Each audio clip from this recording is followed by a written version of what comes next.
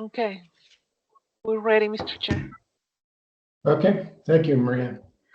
Hi, this is Chris Ganza, IID Chair. May we have roll call, please? Mr. Barron, Present. Mr. Burr, Present. Mr. Gans, Present. Mr. Gonzalez, Yes, I'm here. Ms. Schambach, Here. and Mr. Biner. Here. We have quorum, Mr. Chair. Okay, thank you. Item 2 is review and approval of 8/7/2025 draft legal action report, the LAR. Is there a motion for approval? So moved. There's a couple Is there a corrections. second? Okay, John has corrections. Yeah, under the heading for item 3, downtown core subdistrict is the DCS, not the GIID. Thank you, Mr. Burr. And it was about my motion when we approved it. I don't think it was technically a condition. It was more an encouragement for the planning director to initiate a parking study rather than it has to be done. Okay. But other than that, I'm happy to second Eric's motion if he concurs with those corrections. I did make the motion, but who made That was me, and I agree. Okay. Okay, Bill agrees. Yes. Okay. Motion's on the floor. All in favor? Aye. Aye. Aye. Any nays? Motion passes.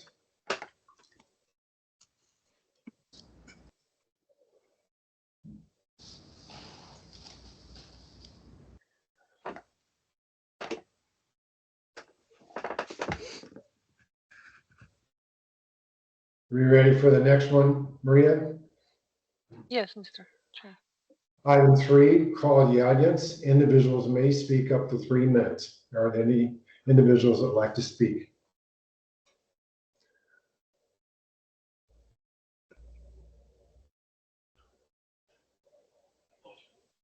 I don't hear any or see any hands, hear any voices, so let's go to item 4, which is SD-05 25-00075 at Congress Street Apartments. Related activity number TD-DEB-0325-00069 701 West Congress Street, parcel number 116-191-31A. C3 zoning and the IID and the GIIS. Okay. Just to Maria, did you receive any comments prior to the posting of the agenda? Or Yeah, Mr. Chair, Mr. Burr, members of the DRC, no additional comments okay, than those that were shared previously from the Menlo Park Neighborhood Association, great, thank you. which were part of the materials that were Yes. included for you to review. Okay. Thanks.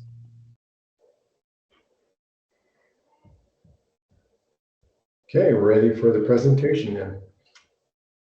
So yeah, Mr. Chair, members of the DRC, this is the apartment development being proposed at the corner of Congress and Bonita, and the DRC did perform a courtesy review back in early May.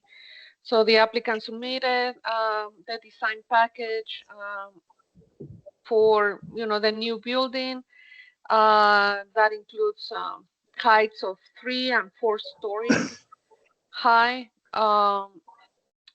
And the proposal is to accommodate 65 dwelling units with 17 surface parking spaces. The applicant also submitted an ITP, an individual parking plan, which is heavily being reviewed right now by staff, the Department of Transportation and Mobility, and the applicant. So a decision has not been reached yet, but there's a lot of discussions moving towards, providing assurances that there's not going to be overflow parking into the neighborhood. The design professional reviewed this project 3 times, and at the end of July, recommended approval. The Tucson Pima County Historical Commission's Plan Review Committee, the PRS, reviewed the project a couple of weeks ago, and they recommended approval as presented. And that's all I have, Mr. Chair. And we have the applicant here present for the presentation. Okay, you can start your presentation then, please. And we'll take questions after you do your presentation.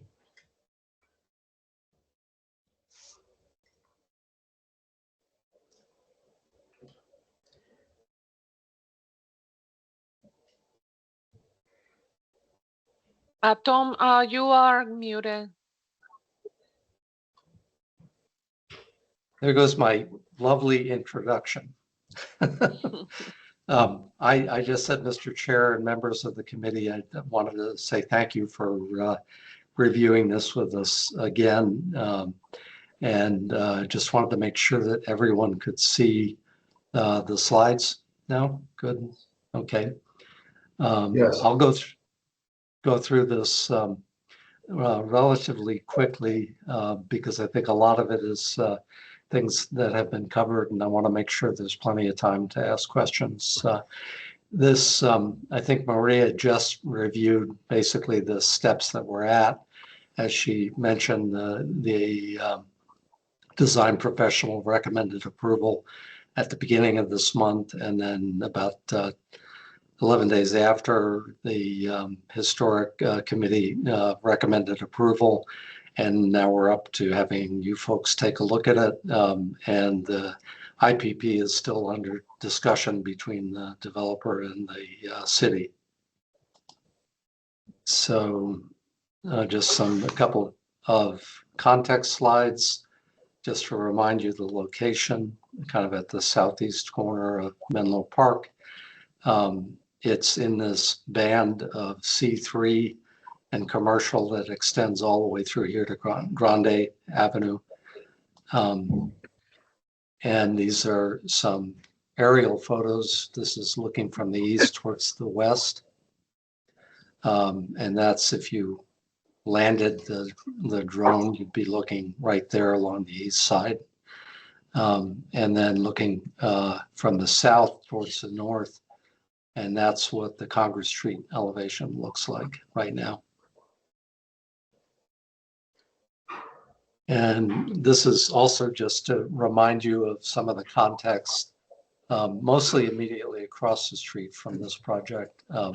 We have some other slides that are related to the context within Menlo Park. And I can describe what we, kind of the studies that we went through with the Historic Review Committee developing the project. What I wanted to do was just sort of list there are about 7 things that were mentioned both by this committee and by the Historic Review Committee.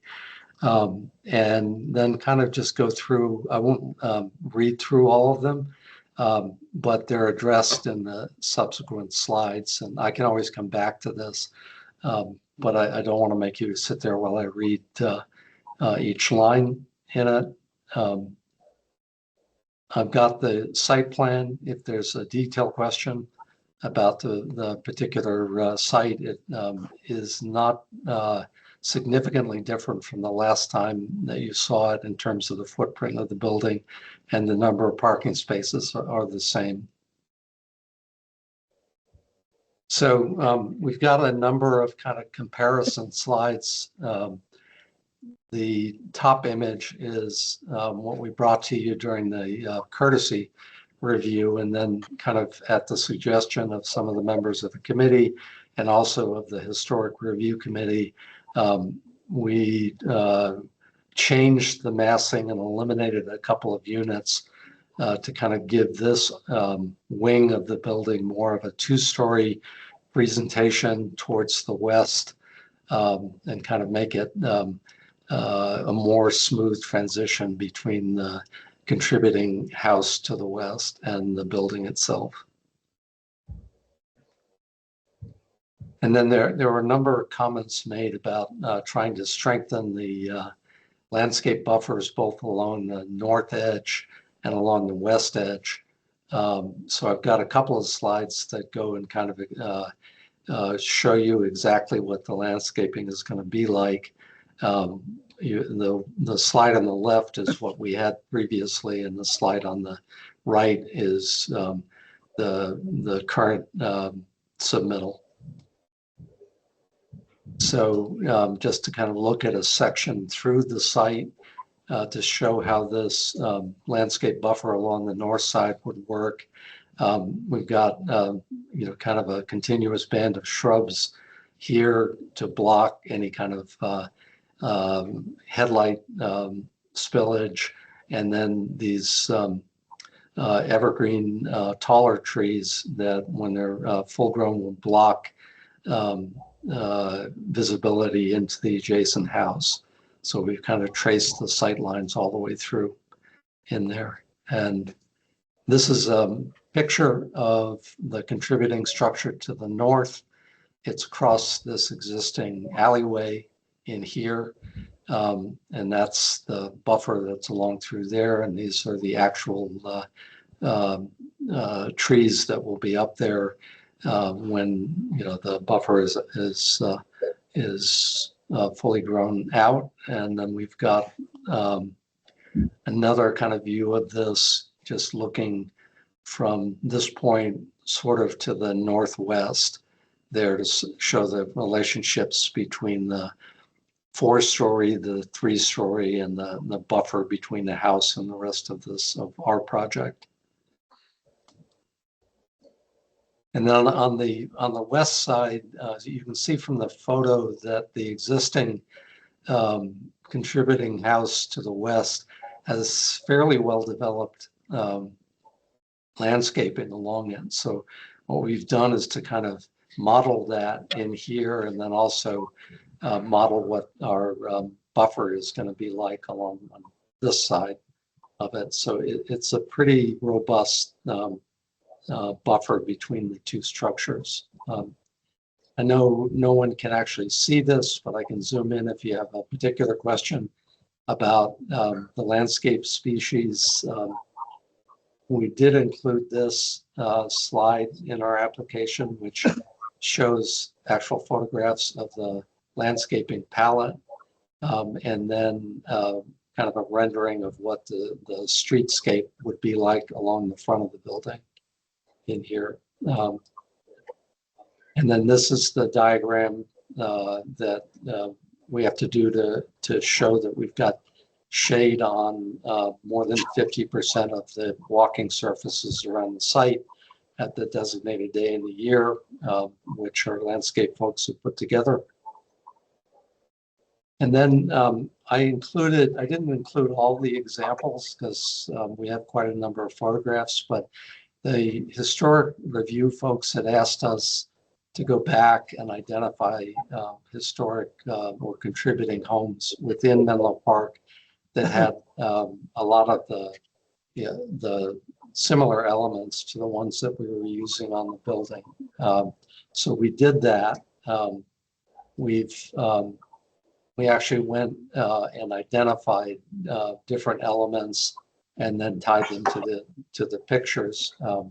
If you want to go through all the pictures, I have those separately, but a lot of the same kind of elements that we've used to develop the facade of the building are all elements that you can find within the Menlo Park Historic District.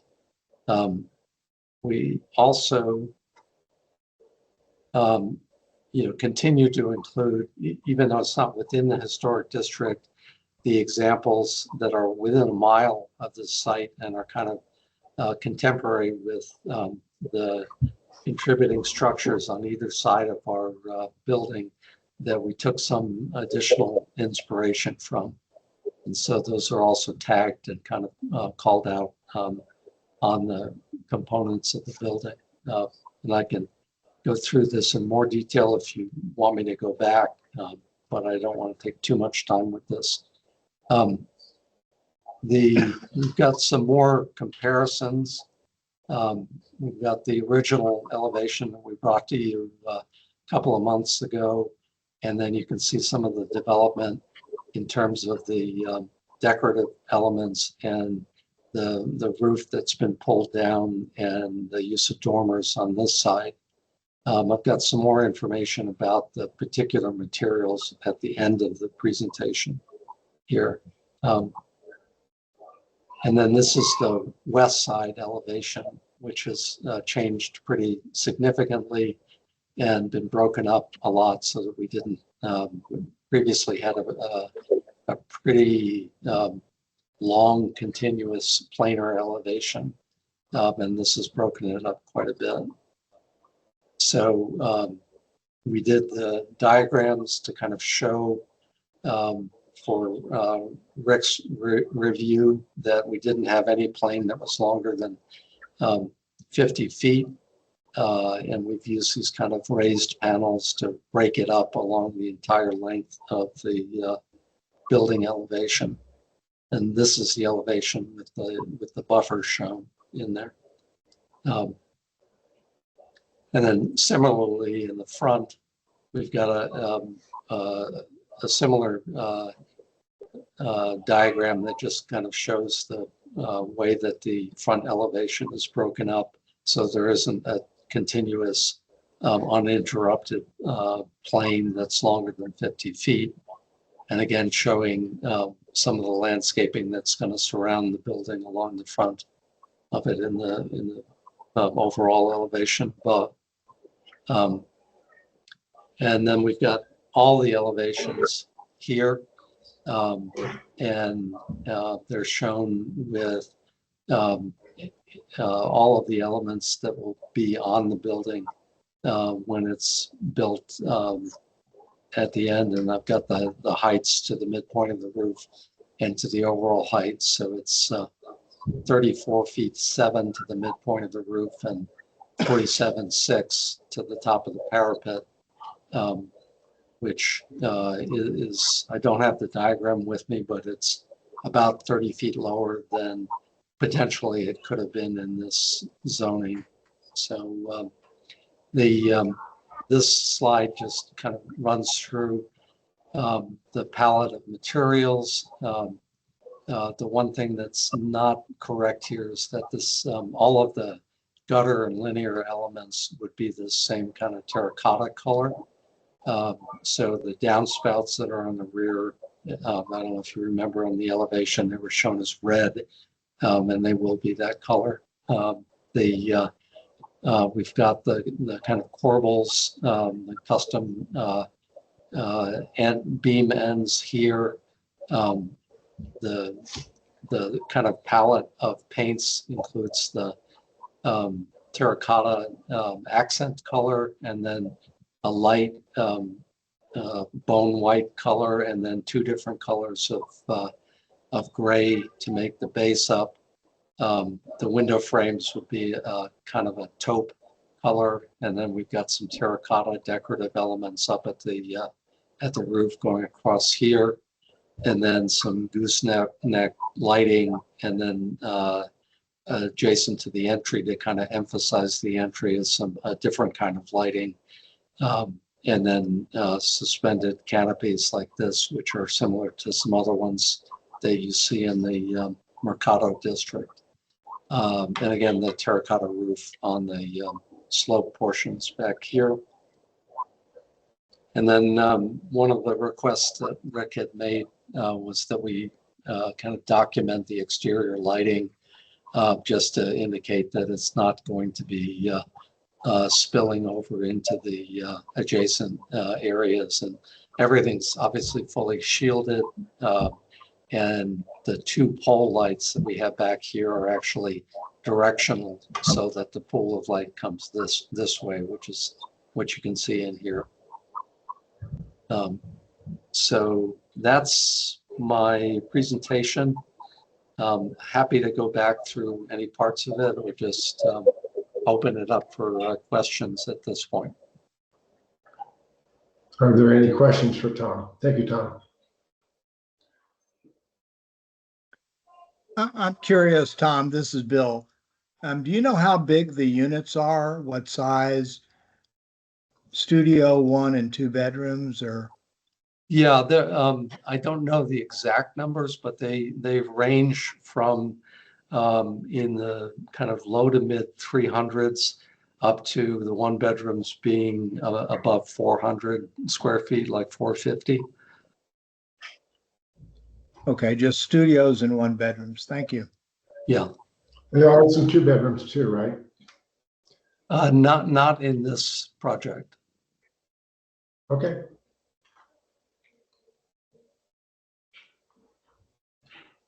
I've got a couple. Sure. Okay, John.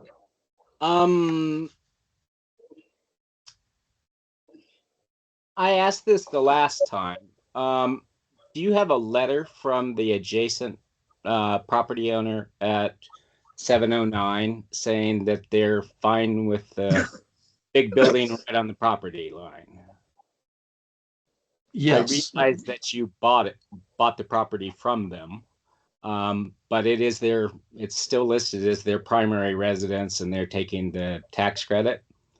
Yeah. So, and I also noticed that you haven't put any plans for any of the fencing in, and it says it will be happening at a later time and place.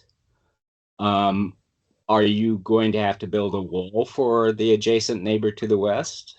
Or is what we see roughly a 6-foot open fence, which you're still planning? And why is that not part of this package at this time? So I'm not certain, just for point of clarification, where are you getting that that the fence around the site is not part of the package? It says so in your application, and there's no mention of fencing or showing us the fencing as part of this presentation. So what is your fence? So, I mean, the fence would be the way that it's shown here. It's a vertical picket fence. It is shown in the construction documents, and it's on, I believe it's on the site plan, but it's certainly detailed in our construction documents. We don't see those. We only see your original application, which hasn't been updated. Yeah. So it's 6-foot tubular steel and fencing all the way around on the perimeter. Yes. Okay.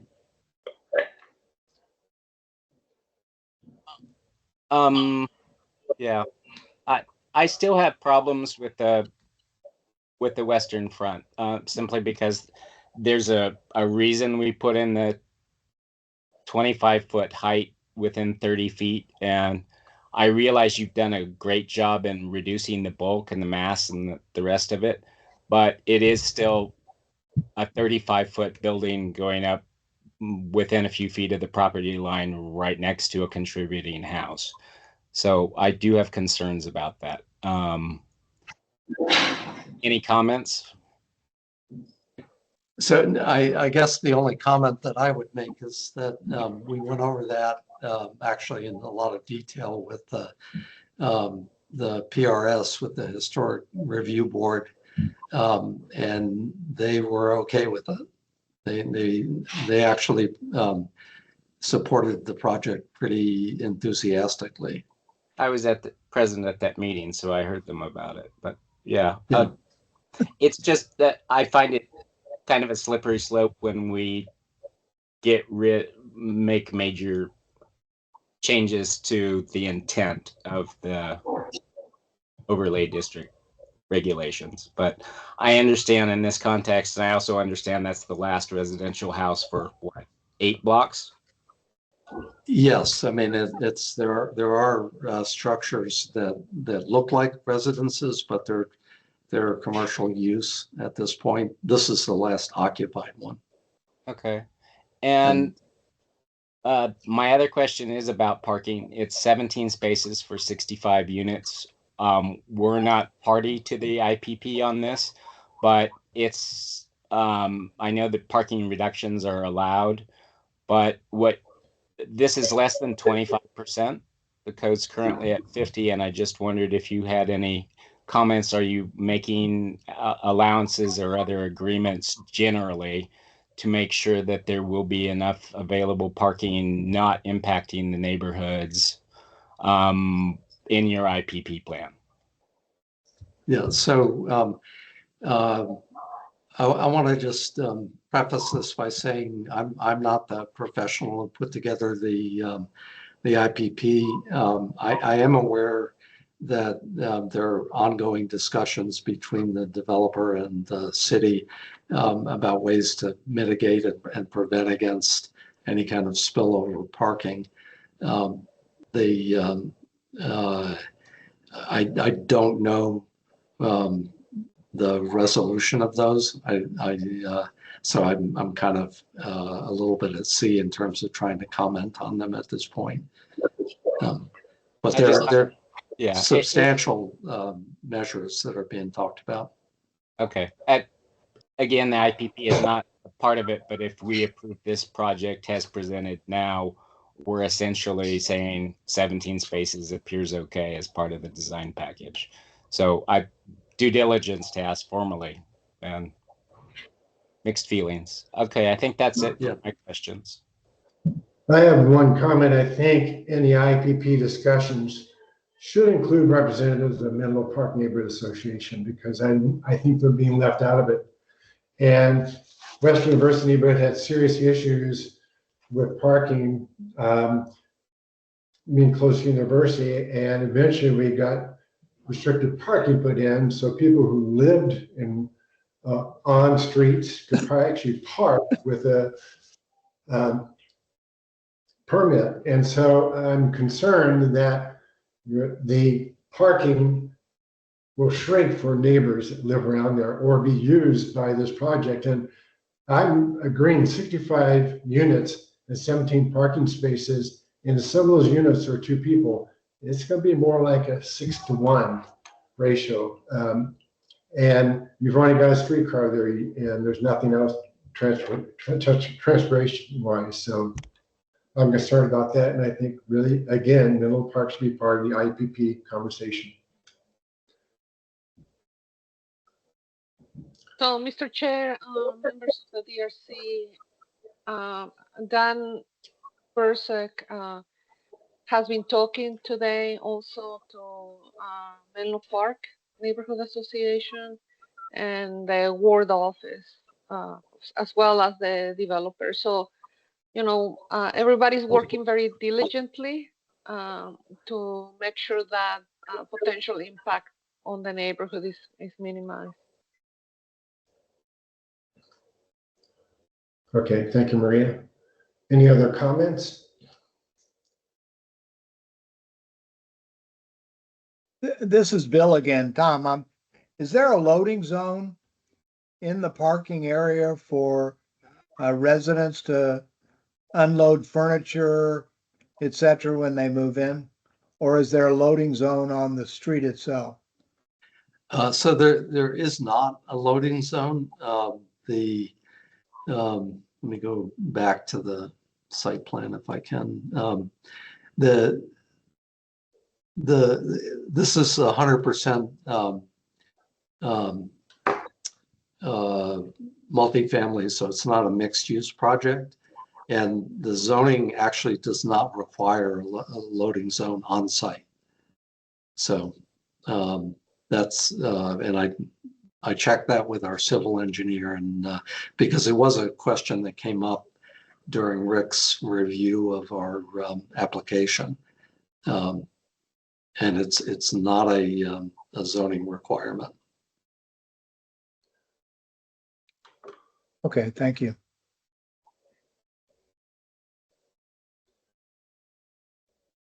Any other comments or questions?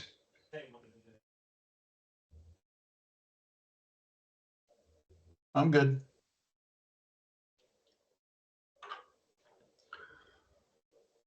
And what does the committee want to do at this point?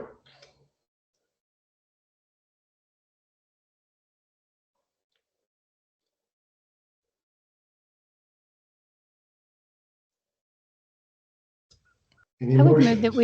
that we make a motion to approve as submitted with the revisions as shown. I'd second that. Any further conversation? I will have one comment. I'm really concerned that Menlo Park will be taken out of the conversation and their concerns will not be addressed. And that is a problem that a lot of neighbors have faced in the past. And so it's a concern I still have. That specifically regarding parking, Chris? Yes, because I think that when you're talking 65 units and 17 parking spaces, part of the 65 units are going to be two people likely. So you're talking about maybe 100 occupants and 17 parking spaces. There's no place for them to park on Congress, and it's going to be in the neighborhood to the north of this building. And until that's resolved to the neighborhood's concerns and that they feel comfortable with it, I think we're just going down a path that I guess it would, yeah, sorry. I just Go want ahead. to echo what Eric mentioned at our last committee meeting, that kind of the purpose of the IID is to support densification of the urban area along routes just like Broadway. So I feel a little bit like we're at a conflict of the intention of the infill incentive district if we're also going to provide parking for everyone who might be living in the building as a part of the project, because you wouldn't be able to do this project. Well, I understand that, but I'm concerned about the impact on the neighborhood if there's not a parking restriction there, and that people who live in the neighborhood won't have parking themselves. Is that the purview of our committee though, Chris? With the I don't know if it IIP? is. So the only thing look, I mean, I was started driving when I was 15 years old. So I think what we are trying to understand is something that I'm personally trying to understand. And I know some of the younger generations are basically, they are using, electric scooters and electric bikes and other, forms of transportation to get around town because of housing developments just like this one that's going in. I mean, I can personally speak on a friend of ours. She has 3 tenants and they all have electric bikes. They don't have a car at all. And so this development, my understanding is kind of supporting that. So I guess that's why I really don't have an issue with the parking concept. And it's partly because I think I'm in an older generation where cars were a huge deal. And I think that in some ways is going away with our current technology and so forth. But honestly, I don't know. It's not my field of expertise. I think my field of expertise is to make sure that we're providing adequate shade, that we are trying to incorporate water harvesting with the proposed vegetation and so forth. And I think, I think Tom added like a half a dozen to a dozen trees on this site to help provide that condition. With that, Tom and his team. I'm sure Tom didn't pick the trees out himself, but overall, because of the type of development that this is, if this is what we're proposing to do and what we're trying to promote and not encourage urban sprawl, then this is a tough discussion to have, but also one that I think is very warranted as far as this is what the type of development that we're going to be seeing. Okay. Thank you, Eric. Anyone else? Yeah, I still have the reservations about easing restrictions, setting a precedent of building forms adjacent to residential use in a historic district. So Tom, I understand you've done a great job. You've cleared all the hurdles. I really appreciate everything you've done, and I think you've designed a very nice building, which will probably be provide a wonderful option for residents there. And I understand the larger conversations, but I'm not comfortable with the precedent we're setting, personally. So, Mr. Chair, Mr. Burr, members of the DRC, this project was sent to SHPO for their feedback, and the historic preservation officer let us know that, you know, they don't have any objections on the design in the historic neighborhood. And also, as part of the parking discussions ongoing right now between the applicant and the Department of Transportation, you know, one of the venues is on Bonita Avenue, the east side of Bonita Avenue, would have the 2-hour parking restriction removed. So that would open up several parking spaces along Bonita to accommodate overflow. So another item being reviewed right now through the IPP is parking agreements with the state parking garage. And you know, the other one that is being also discussed is the residential parking permit program, as also as an option to the neighborhood that the applicant will fund should the neighborhood residents pursue it. But again, all of these discussions are just taking place. I don't have definite answers about the decision being reached at this point, but that's what we have right now. So Maria, just to clarify, Park Tucson has extended its coverage area to offer the neighborhood the option of individual parking plans in this area?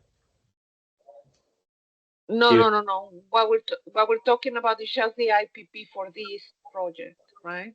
But yeah, Park Tucson also confirmed that they will be engaged with a parking study for the area. They will probably complete that within the next, you know, couple of months or so. Okay, because I think it's currently outside of their jurisdiction. So I'm glad to hear that there's a conversation that Park Tucson would extend and offer that to Menlo Park in the near future. So that's hopeful. Yeah, everybody's trying hard with. Yeah, everybody's trying hard with all the options available on the table to assist, right, the neighborhood, so they don't have this overflow. Has initiated a parking study for this area? The ones that initiated is the Department of Transportation and Mobility, and the conversations that we have with them, yeah, they will engage with the parking study for the area. Good. Okay. Great. So John, you brought up the historic part. I mean, I actually, that's more of a part that I am stressed, but if it went through SHPO as far as not impacting the rest of the neighborhood or the adjacent building, I mean, is it just because you're concerned that the larger structures are going to start to degrade? I mean, I think Tom tried to do a very good job of tying in old adobe with a new, larger structure. I mean, it's a hard, you know. My concern is I was part of the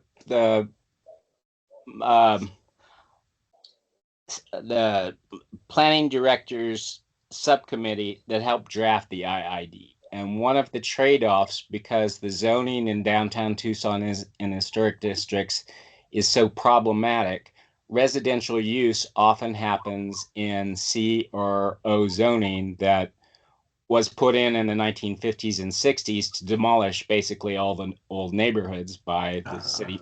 And so it's not possible. So one of the trade-offs with the development community was that residential use of a property means you're not going to get a 3 to 5 story building right on your lot line next to your house. And technically, that is still a house with C3 zoning that is listed as an historic property as a primary residence for the owners. I realize that they are the same people that sold the lot where this is being developed, and that it's a more intricate conversation, but the waiving of that standard, I don't like the precedent set, because Gotcha. even though it's not an HPZ and is just a historic district, it does set a precedent that could be waived in the future in more closer to the downtown area. Fair enough. Fair enough. Good point. Any other comments, questions?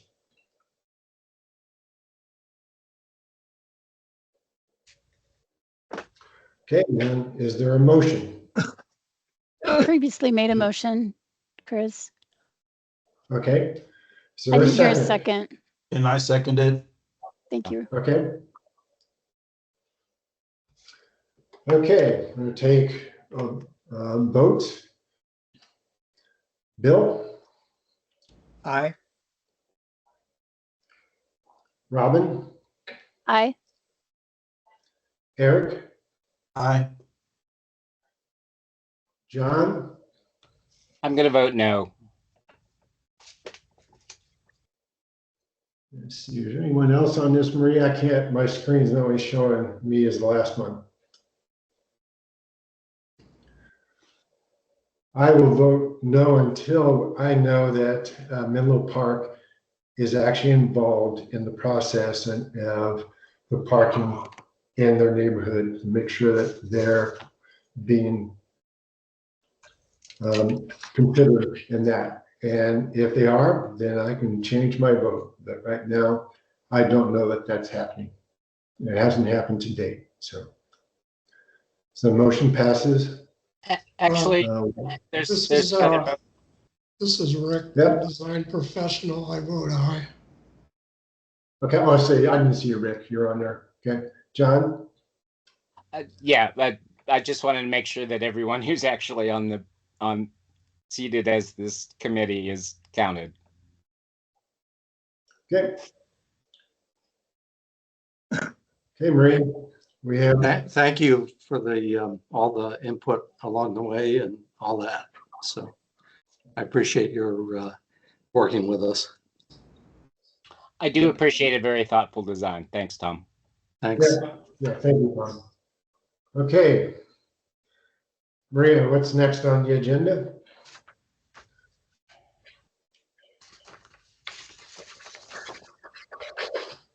That's the staff update, Mr. Chair.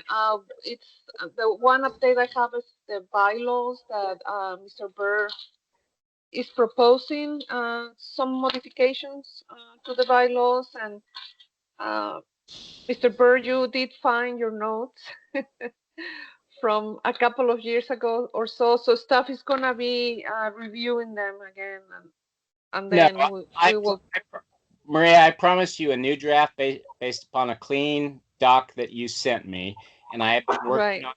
But when you said it has to be vetted through staff before it ever comes back to us, I got sidelined by other personal projects. So you will have that well in advance for staff to review before the next DRC meeting, so that everyone